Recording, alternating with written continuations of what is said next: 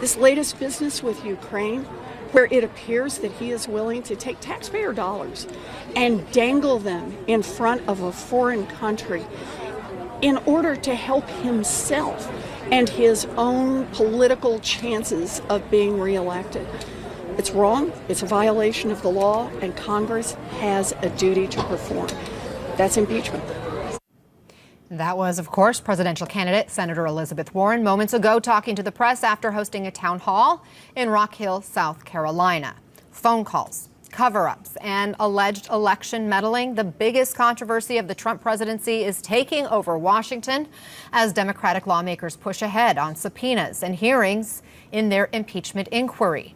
That brings us to our weekly segment, Cross-Exam, with CNN legal analyst and former federal and state prosecutor Elie Honig. And he's here, of course, to answer your questions about legal news. And, of course, we're doing it Saturday. Normally do it Sundays for those viewers who aren't used to it at home. This is where we get the viewer questions. They send them in, and then we give them the answers here live. So The first question from our viewer, does impeachment have to be based on a statutory crime? Well, here we go. This is happening. This story is blowing up. Our inbox is blowing up from viewers. So thank you. Keep them coming. No, this is very important. Impeachment does not have to be based on a statutory crime.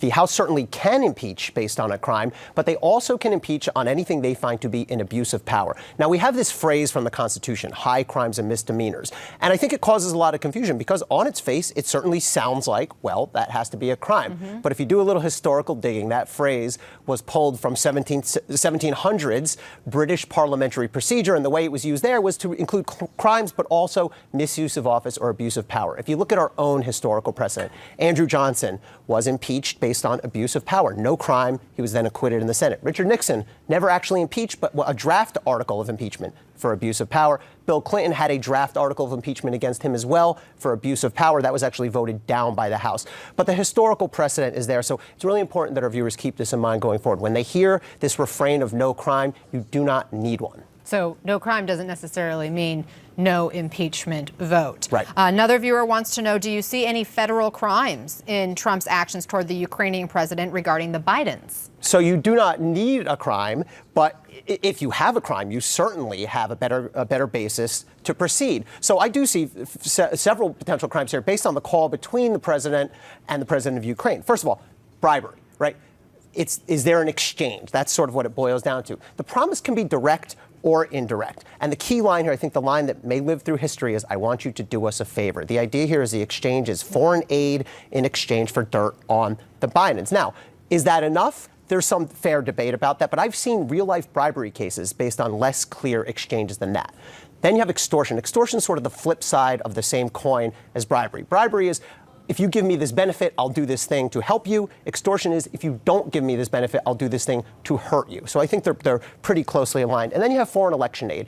It is a crime to solicit foreign election assistance from a foreign national. Doesn't even matter if there's an exchange. So I think that's the easiest shot here if someone needs to prove a crime. So again, you do not need to prove a crime, but if you have one, I think you have an extra strong case for impeachment. This week's revelations have raised more questions about other calls the president may have had with foreign leaders. One viewer asks, will the House review only the Ukrainian affair, or can they look at other acts during its impeachment investigation? So the House certainly has a lot of menu items to choose from here. They have the Ukraine scandal. Let's not forget Robert Mueller. We have emoluments, meaning the president's use of office to personally enrich himself, and potentially obstruction of Congress.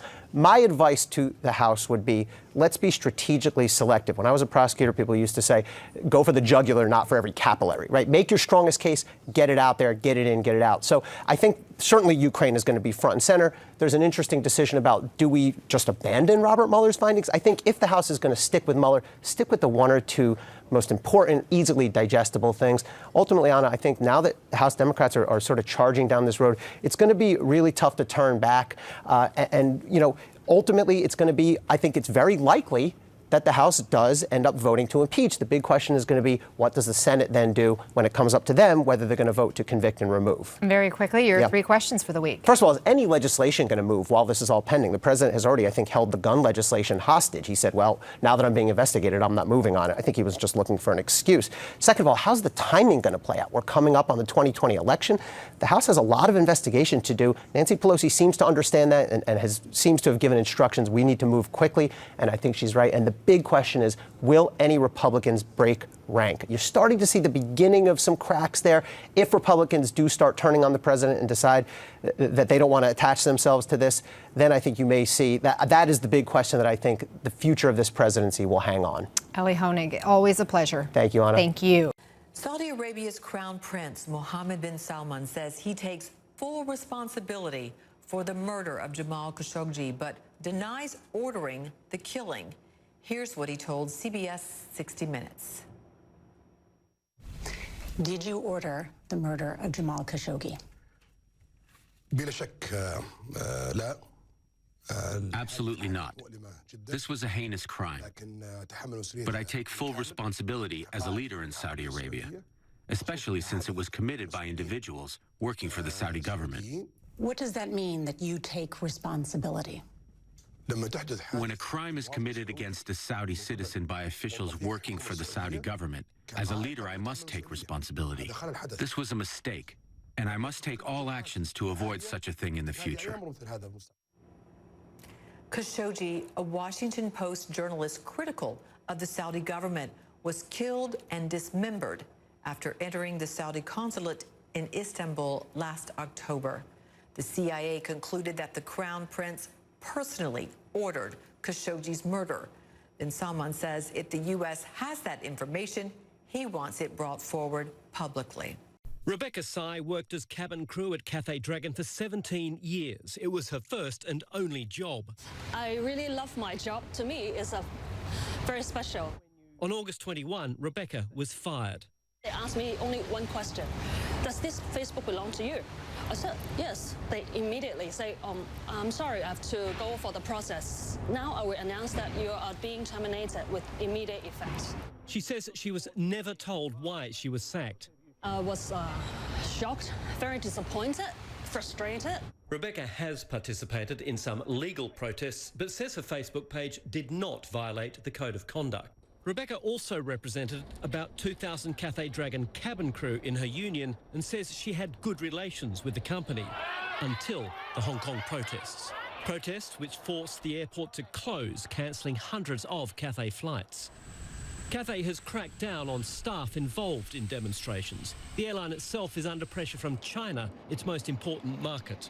Beijing has banned any Cathay staff who are involved in protests from flying into China. The hard line from Cathay has had a chilling effect, say staff. They call it white terror. This Cathay staff member who supports the protests spoke to CNN on the condition of anonymity. In terms of the white terror, I would say it feels unsafe, it's uncertain. Me and some of my colleagues, we have a term to say it. We wouldn't know, is it our last day today? Because tomorrow when we come, we may not even be able to get into the building anymore. Cathay recently revised its staff code of conduct, which includes posts on social media. Staff are told to speak up if they see a breach of the code. Employees tell CNN that dozens of workers have been fired. In response to CNN, Cathay says they don't comment on specific cases, but that dismissals are always in strict accordance with the terms of their relevant employment contracts. They added that they're required to follow regulations prescribed by the authorities in mainland China. There is no ground for compromise. And it's not just the airlines that are caught up in the protests.